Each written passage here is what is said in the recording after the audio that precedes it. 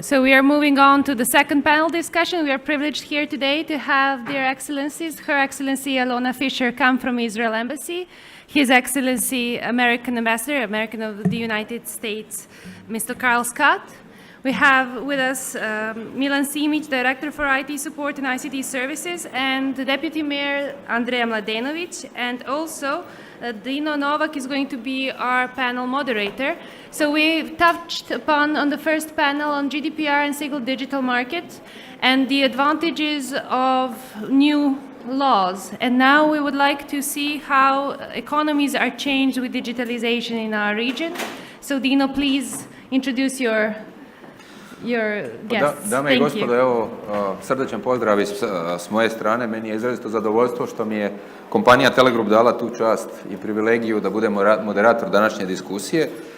Kao osoba koja već desetljećima u IT sektoru se bavi i bio je predstavnik raznih tehnoloških tvrtki i sa nekakvom svojom osobnom preferencom prema sigurnošću, danas ću pokušati moderirati ovaj panel. Moje radno područje je tvrtka F5 Networks. Izrazito surađujemo sa TeleGroupom.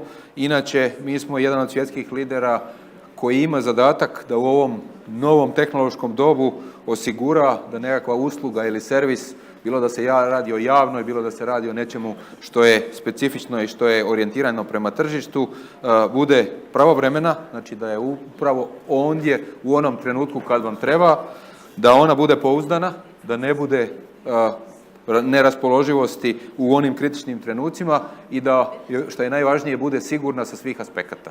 Znači, od komunikacijskog do onog kad se podaci modificiraju ili transformiraju. Tema digitalne transformacije svima nama trebala bi biti itekako interesantna, jer smo zapravo mi oni koji smo sudionici te transformacije. Mi smo ti koji smo promijenili naše živote i mijenjamo ih svakodnevno, upravo koristeći tehnologiju da promijenimo stvari. Šta je zapravo digitalna transformacija? To je zapravo proces gdje mi pokušavamo poslovni proces promijeniti, transformirati koristeći tehnologiju.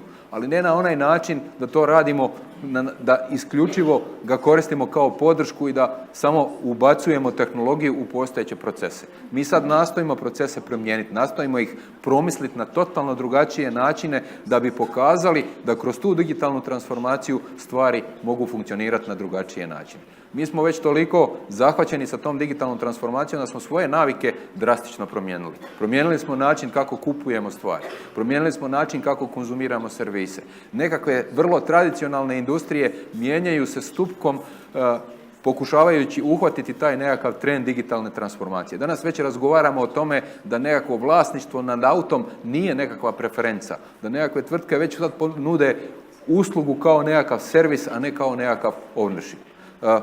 Danas bi želio sa svojim sudionicima prokomentirati kako je zapravo ta tehnologija, odnosno ta promjena poslovnih procesa i nove tehnologije koje su se pojavile, big data, cloud, umjetna inteligencija i sve ono što se zapravo nudi nama kao sudionicima transformacije, što je zapravo to i na koji način je ona pomogla da se digitalna transformacija događa.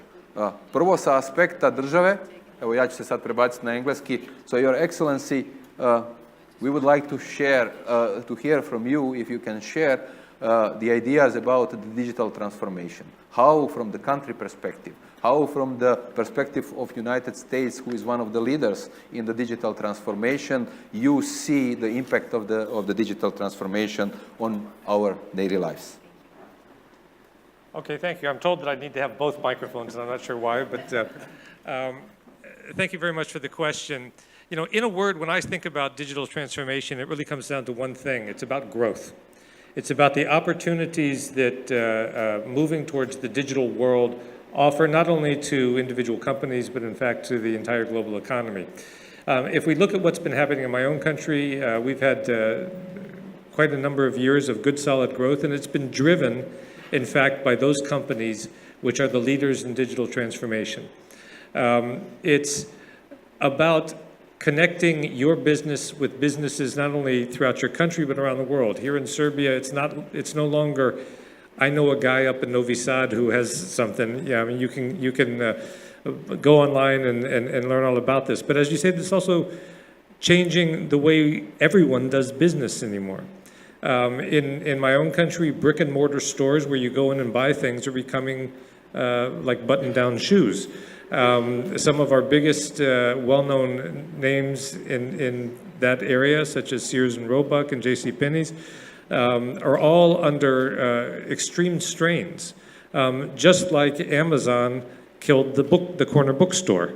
So people need to be ready for the changes and be ready to adjust to them. But in the end, what it's leading to is economic growth. The fastest growing sectors in the United States are in the information technology area, but in healthcare, two industries which are driven by data transformation. But it's also happening in traditional manufacturing. It's happening in agriculture. So for companies, I think that the key is these are the cutting edges of growth. And there's the opposite side of that. If you don't get on board, you won't be competitive internationally, and you risk falling behind and ending being left behind. And the second key element, and I already mentioned that quickly talking about the guy in Novi Sad, that you know, is it's about connectivity.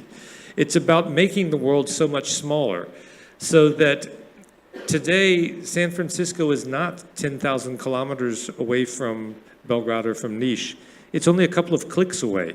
And people can be brought together both to exchange ideas, to work on projects, but also to do business deals and to market your products, to market your ideas. And that makes, offers opportunities to everyone to be on board, to develop an idea, to develop a business. So I think that what we're seeing with digital transformation is it's not only transforming the way we do our own business, the way our lives are led, the way our houses are run, you know, the Internet of Things and so forth. But it's actually changing the entire global framework. And for companies and for countries to be competitive, you need to be on the cutting edge.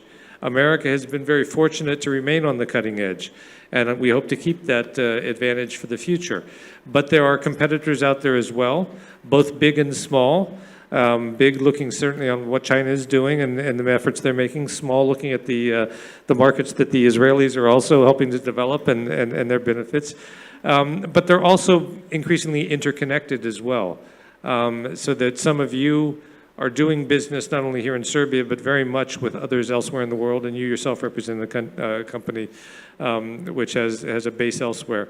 So I think that, you know, it's a new industrial revolution, as they say, and I think we all have to be ready for it, just as we had to be ready for the movement from coal to steam or from steam to electricity. So the transformation is underway. Those who are on top of it will be competitive for the future and will grow for the future. Those who ignore it risk being left behind. Thank you. You touched the topic of Israel. It's an honor to have the Madam Ambassador with us. We would very gladly like to hear what was Israel doing and what was the role of the government in actually endorsing the digital transformation, because we see Israel as one of the countries who is really embracing it and who is really managing to position themselves in new. Well, thank you, and thank you for inviting me here. I would start by saying that Israel is a very young state. It has 70 years old of existence, 70 years of existence, and in the very beginning, the economy in Israel was based mostly on agriculture and low technology, low tech. In the 80s, both agriculture and low tech in Israel has suffered a crisis, very deep crisis, and very important reforms have to be done and very quickly. So the first step was, of course, the stabilization program in Israel in the mid-80s. At the same time, a bit later, the Soviet Union collapsed, and with the disintegration of the Soviet Union, we had in less than 10 years almost 1 million immigrants coming from the ex-Soviet Union countries. And those people, those immigrants were highly educated, they came very well skilled, and they needed jobs and very good jobs. So with this crisis and with the immigrants arriving to Israel, we had to think of, after the stabilization program, what would be the next engine of growth of the state. Now, today, to talk about Israel as a startup nation, it looks obvious, but at the end of the 80s and the beginning of the 90s, it was not an obvious option or obvious choice.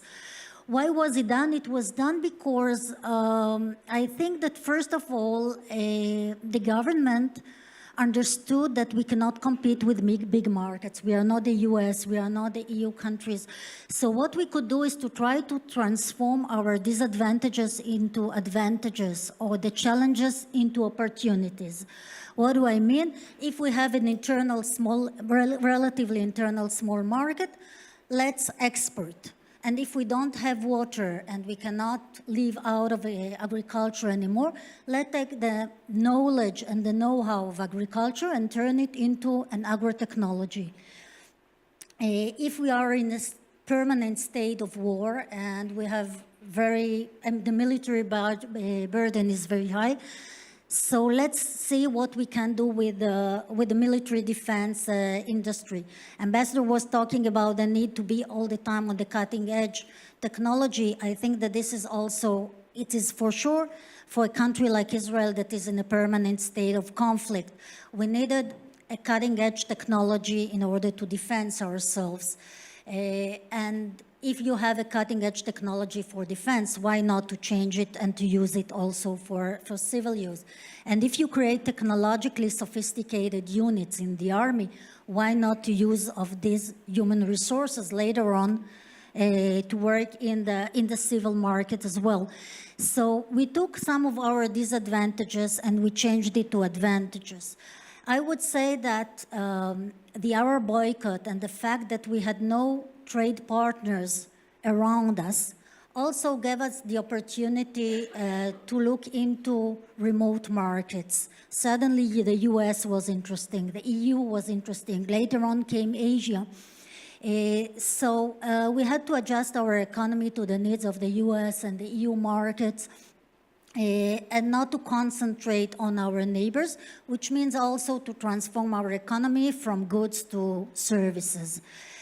So I think that all together have been done. Regarding to what is done today by the government, I would say that as any transformation process, it's top-down and it's bottom-up.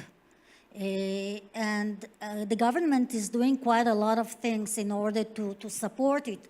But at the end, I think that the most important thing for the government is to know where, when, and how to step down. One, it gives the ecosystem it supports and provides the industry with the right ecosystem.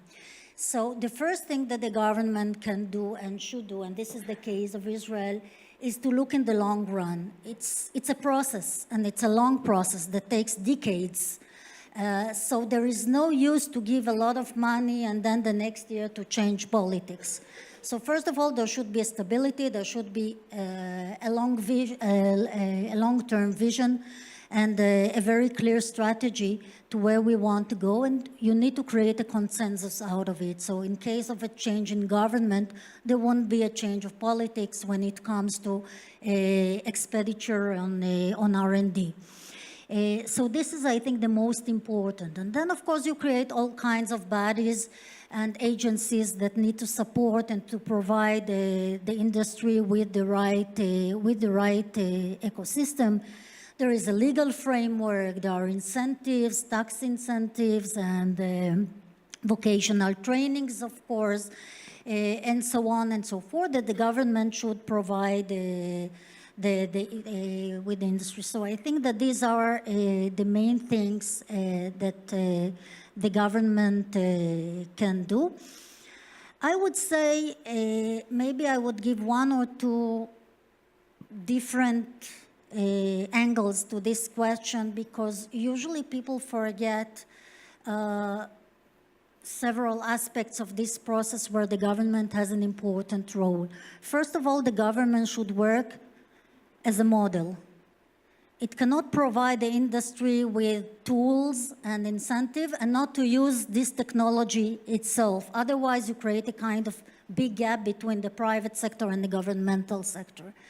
Secondly, you have to give the people, the citizens, this feeling that they are enjoying, all of them enjoy the services that are being given through high technology when it comes to medicine and education and welfare. And last but not least, and this is, I think, in my opinion, very important, the government should be sure that no sectors and people are left behind. It's very easy to create a kind of bubble where a very small group of people enjoy of this advancement, those especially who work in high tech, leaving behind big sectors in peripheral zones, immigrants, and other groups as well. And the government, in my opinion, should be one of the major engines to integrate and to make use of this high technology in order to integrate those peripheral zone population in this process of high technology. So thank you very much for such a detailed, I would say, recipe that was successfully executed by the State of Israel in really placing the Israel on the top of the technology-driven countries in the world. Jedna od poveznica koja zapravo definira digitalnu transformaciju je i informacija, odnosno komunikacija i razmjena tih informacija i komunikacija. Vrlo brzo tu nam oko padne prema onim institucijama koje u državama postoje i koje su na neki način zadužene i koje su već i tu ulogu radile stoljećima, međutim sad govorimo o puno kraćim vremenskim intervalima. Ja sam siguran da uloga Telekoma je nešto što sigurno moramo razmotriti u ovoj priči koju imamo vezano za digitalnu transformaciju, pa bi nam bilo vrlo drago da podijelite svoje iskustvo koliko smo sa tehnološkog aspekta mi spremni za tu digitalnu transformaciju. Da li imamo tehnologiju in place da sve ovo o čemu smo spominjali možemo upogoniti.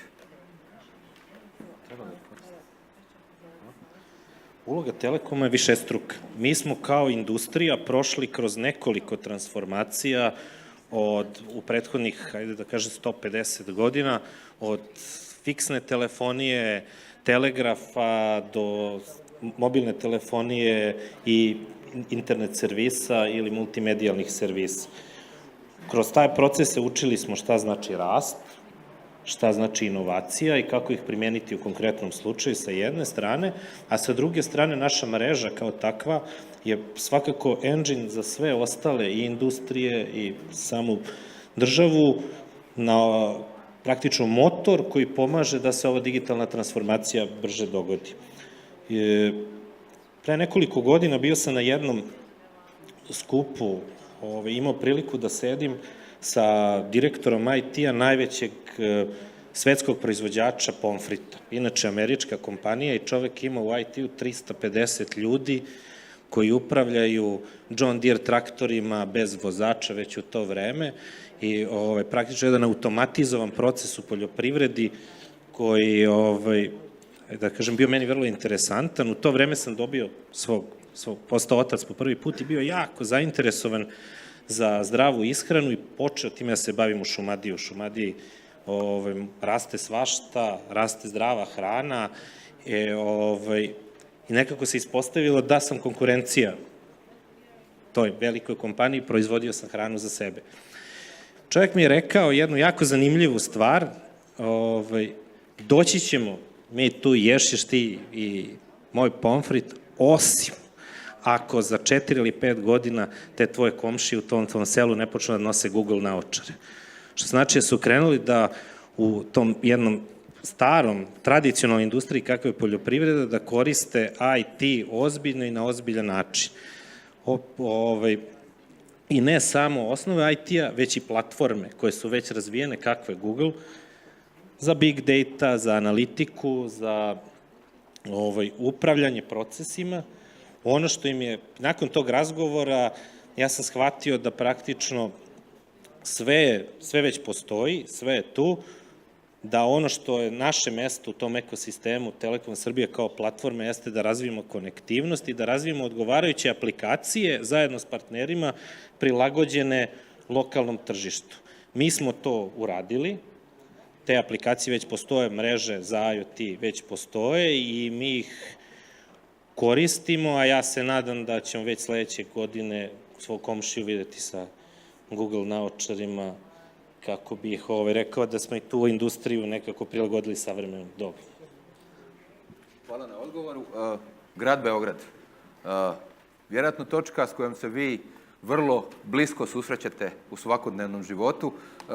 Možete li vi podijeliti s nama iskustva koliko je ta digitalna transformacija dogodila se i u segmentu lokalne uprave? Mislim da je ovo u redu je ovako. Mislim da... Ne. Ne.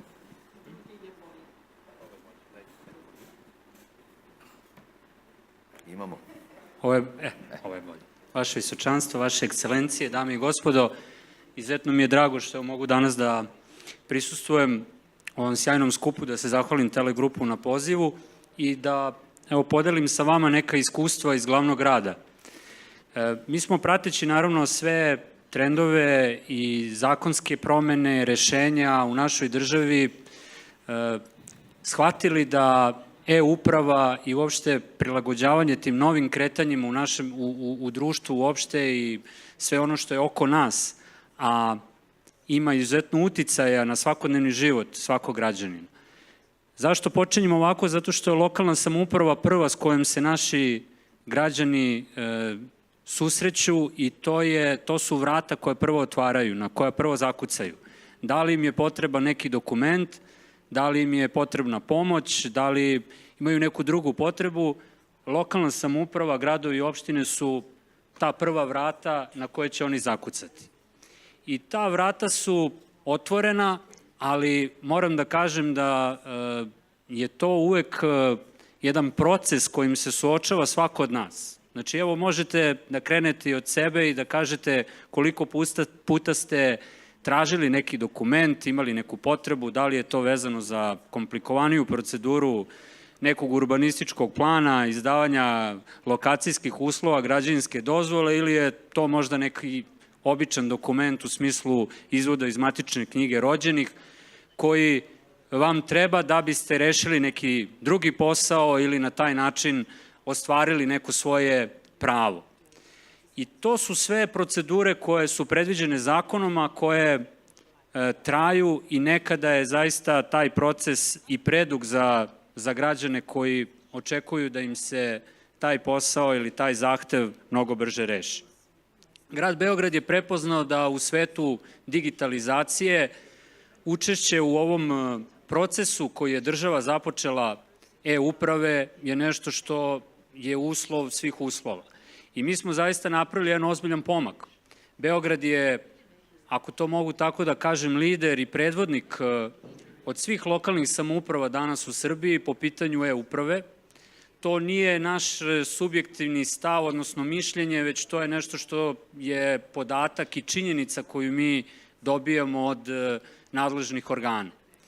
Mi smo više nekih procedura na taj način pojednostavili i u tom pogledu ono što recimo je izuzetno važno da smo postavili te skupove podataka na portal otvorenih podataka i time uzeli učešće u postupku otvaranja uopšte podataka koji su potrebni. Oni se odnose recimo na različite segmente, ali evo moram da kažem recimo jedno je vezano za linije javnog gradskog prevoza, reda vožnje, linije, cene, karte, stajališta, daljinara, trase. To je jedan primer. To su servisne informacije, ali recimo da kažem da je gradska uprava na taj način se otvorila i aktivno je uključena u informacioni sistem elektronskog ZUP-a, znači Zakon o upravnom postupku, što je izuzetno važno za svakog našeg građanina i olakšavamo položaj svih stranaka u upravnom postupku. Znači, tako se omogućava elektronsko pribavljanje i ustupanje podataka o činjenicama kojim se vode službene evidencije, koje su neophodne za odlučivanje u upravnom postupku, a postupci samim tim su ekonomičniji zbog brzine pribavljanja podataka. Mi smo od septembra prošle godine dobili 16 rešenja za trajno i neprekidno pristupanje službenoj evidenciji od raznih ministarstava. Ministarstvo državne uprave i lokalne samouprave, Ministarstvo unutrašnjih poslova, Republičkog fonda za penzijsko i invalidsko osiguranje, Nacionalne službe za zapošljavanje, Poreske uprave i Centralnog registra obaveznog socijalnog osiguranja, a od marta smo dobili rešenje i od Republičkog geodetskog zavoda, koji se uključio u sistem e-ZUP. Vidite koliko je ovde puno službi koje su direktno povezane sa ulogom i funkcijom grada Beograda kao dela lokalne samouprave. Mi sami smo ovde nedovoljni, mi sami ne možemo ništa. Mi moramo da imamo tu vezu, taj link sa republičkim institucijama i samo u takvoj korelaciji, znači republičkih organa, lokalne samouprave, možemo doći do rezultata.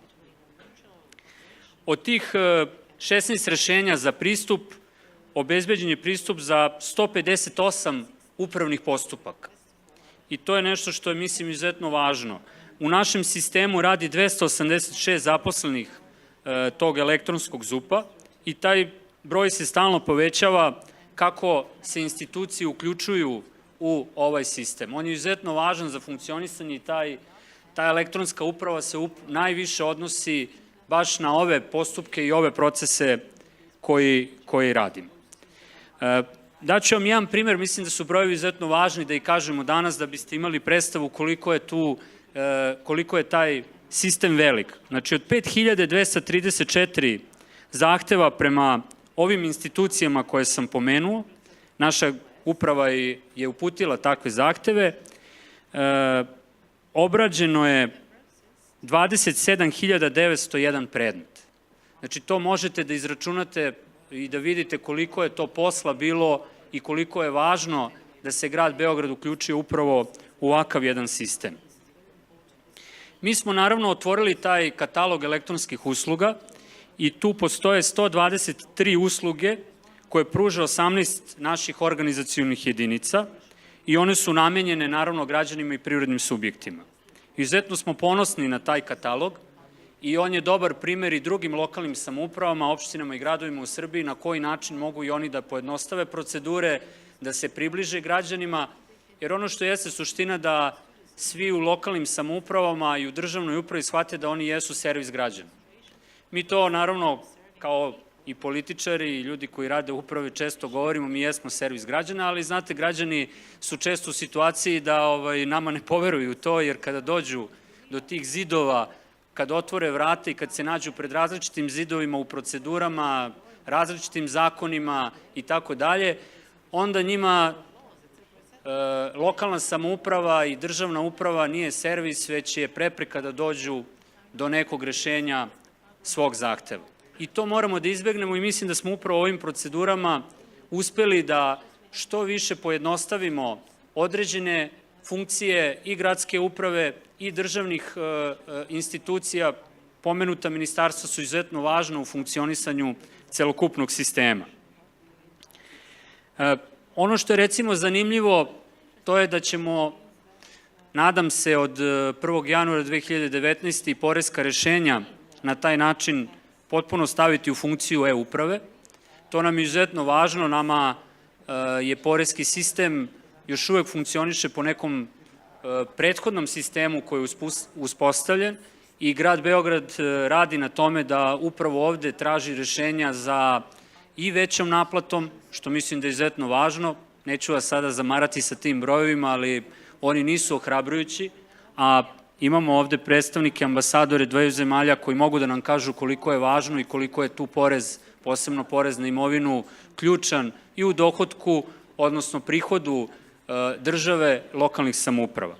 Jedan projekat koji je nama posebno prirastao za srce vezan je za projekat e-beba, kako smo ga nazvali, i on daje jednu konkretnu sliku koliko je važno da se upravo na ovom polju omogući građanima lakši, brži, konkretniji pristup i informacijama i njihovim pravima. I mislim da smo upravo tu došli do jednog,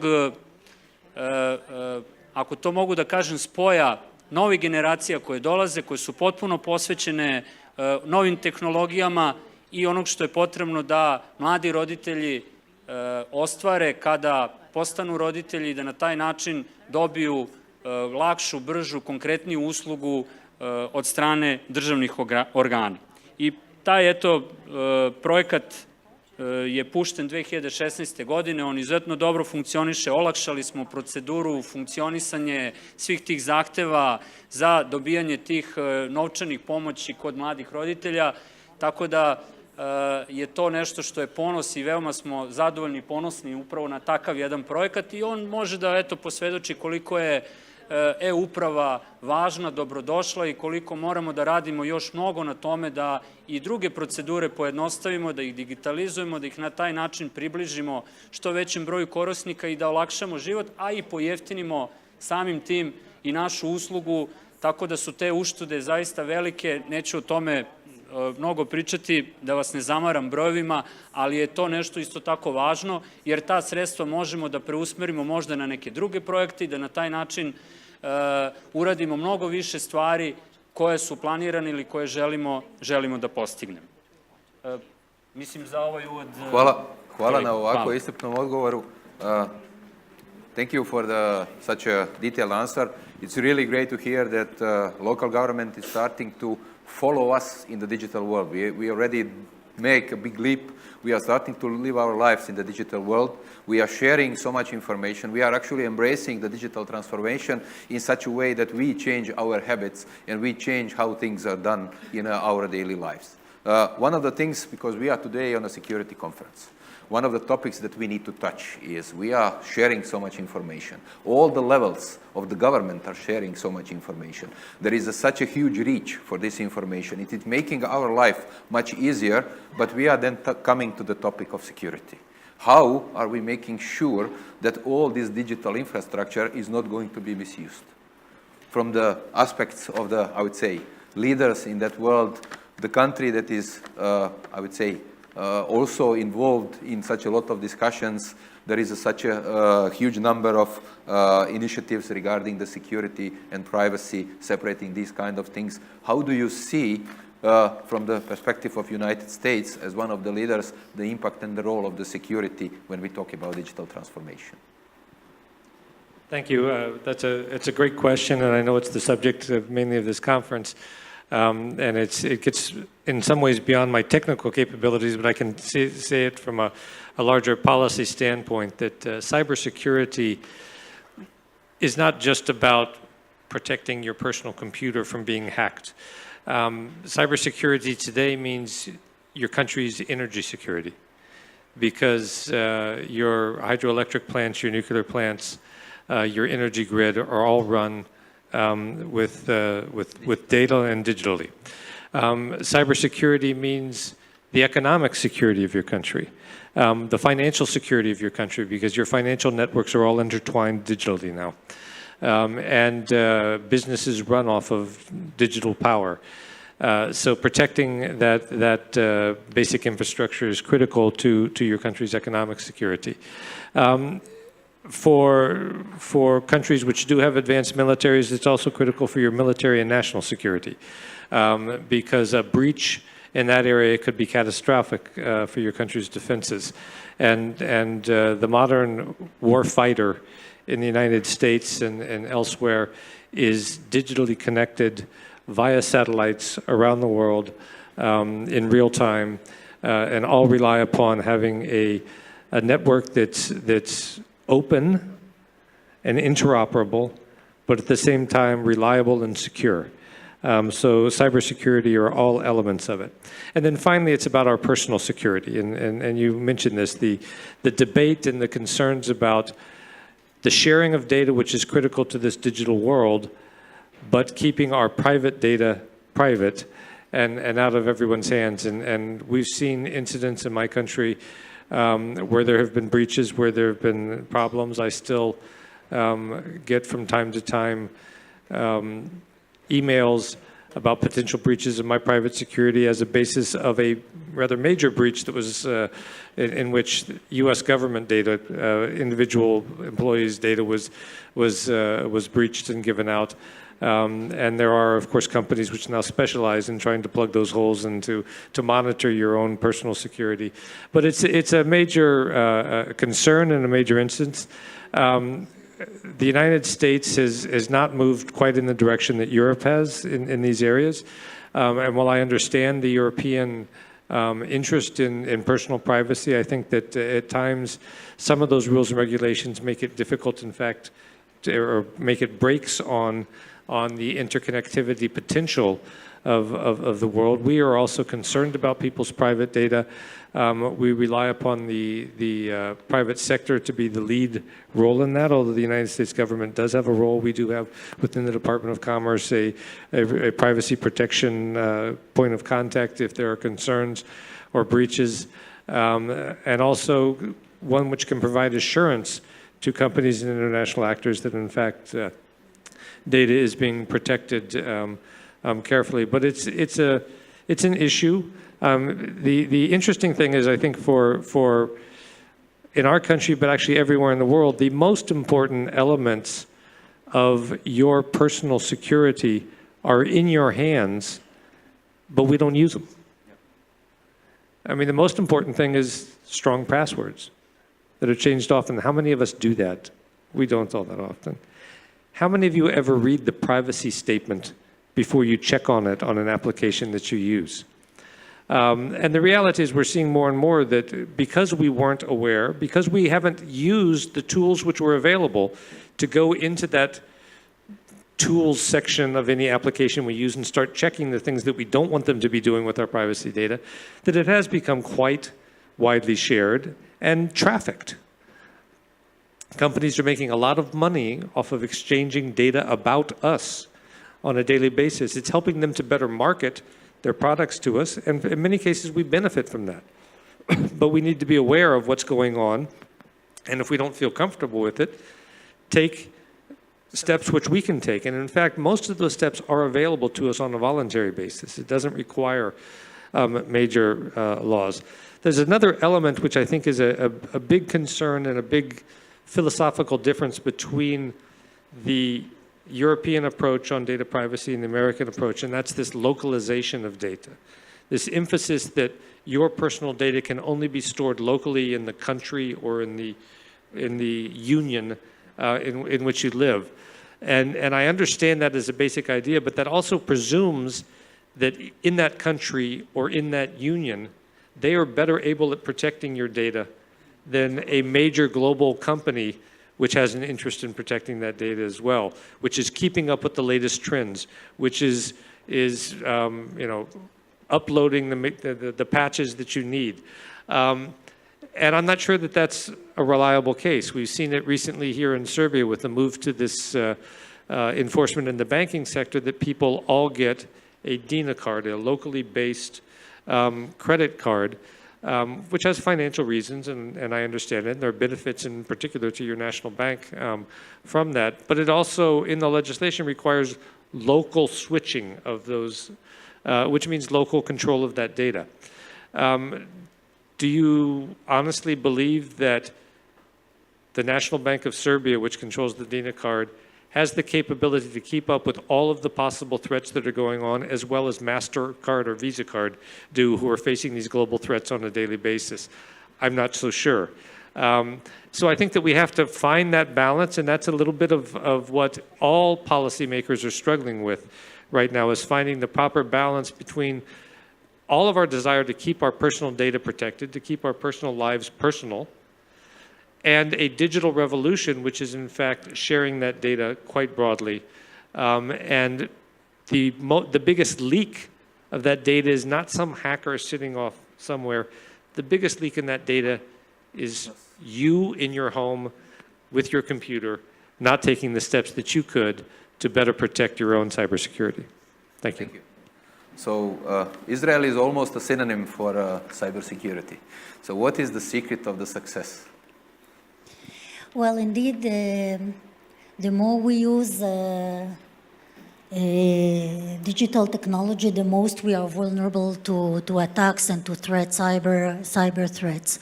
And of course, when we talk about Israel, Israel is one of the main targets of these threats because of its unique geopolitical situation. We are not as attacked as the US or Japan, that are the two leading countries in number of attacks But we are considering ourselves as important targets. What is the response? The response is usually on two levels. One level is the technological solution that we provide. The other one is what the government is doing when it comes to build infrastructures and bodies and the effective agencies that will be able to deal and to face this challenge. When it comes to technological solutions, I would say that Israel is considered one of the most advanced countries. We have in Israel today 420 companies, cybersecurity companies. Per capita, that's the highest number in the world.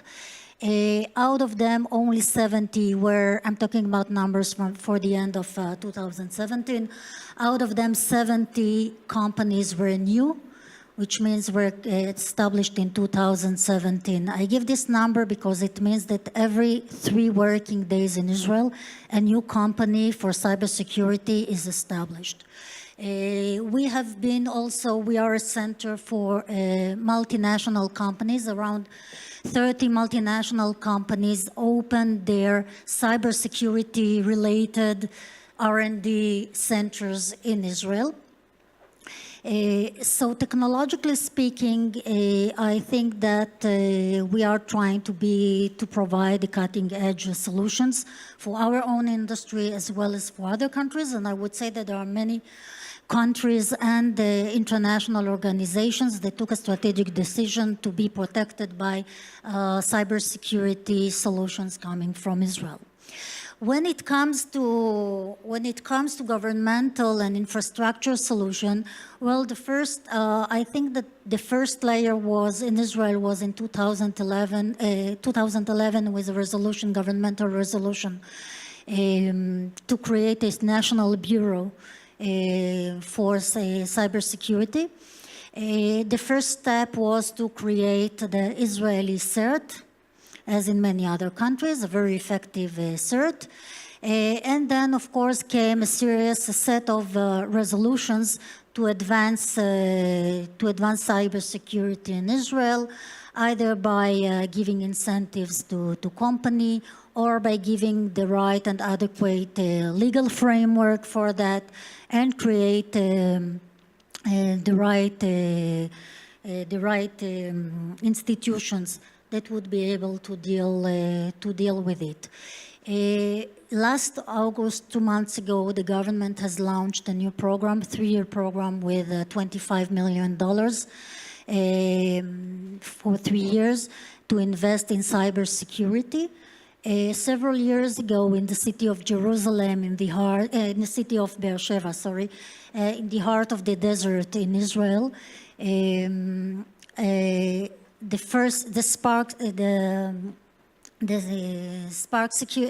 Cyber Sparks has been created. This is a kind of initiative, joint initiative of the government, of the Ben Gurion University, and of other institutions in Israel. It's a kind of center, arena, huge complex that serves as a hub, an incubator, and center for research for companies in cybersecurity.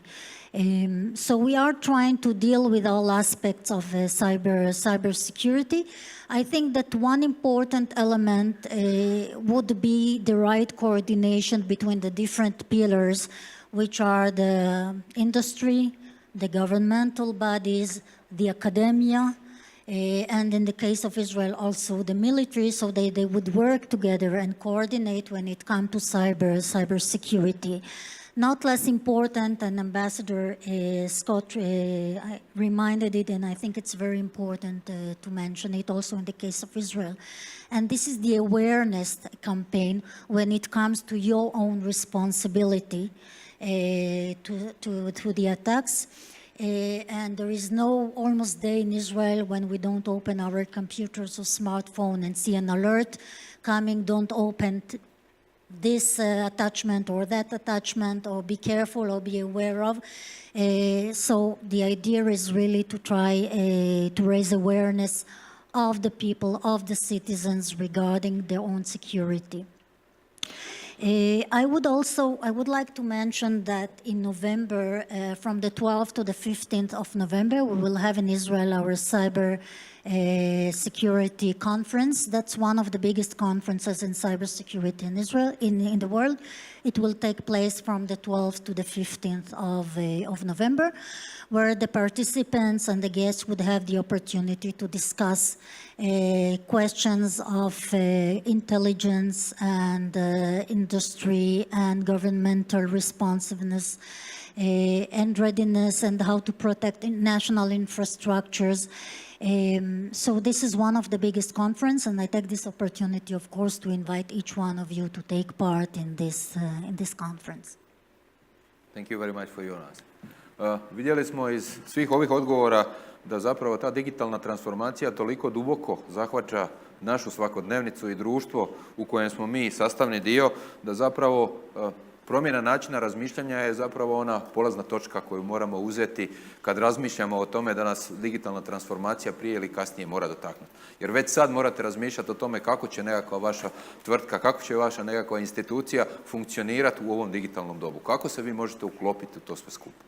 Jedan od velikih izazova i drago mi je da danas na ovoj konferenciji smo imali priliku poslušati iskustva iz nekakvih drugih zemalja, će biti nedostatak kadrova, odnosno evolucija načina i onih zaposlenja koja će postojati u budućem svijetu.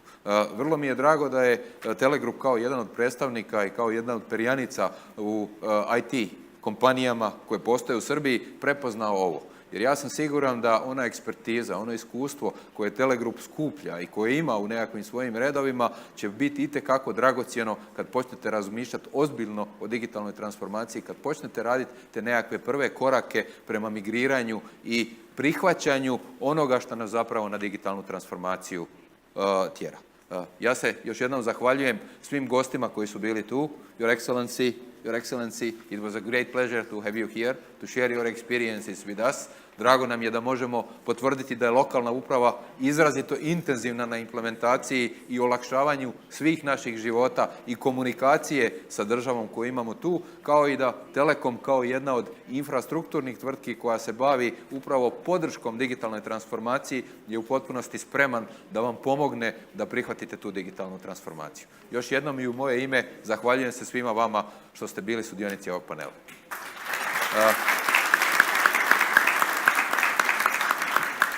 Isto tako, s obzirom da imamo nekoliko trenutaka na raspolaganju, ako ima neko pitanje, slobodno iz publike za sve naše sudionike panela, bilo bi nam drago da možemo odgovoriti na njega.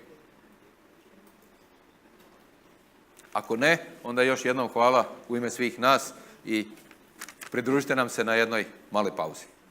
Hvala lijepo.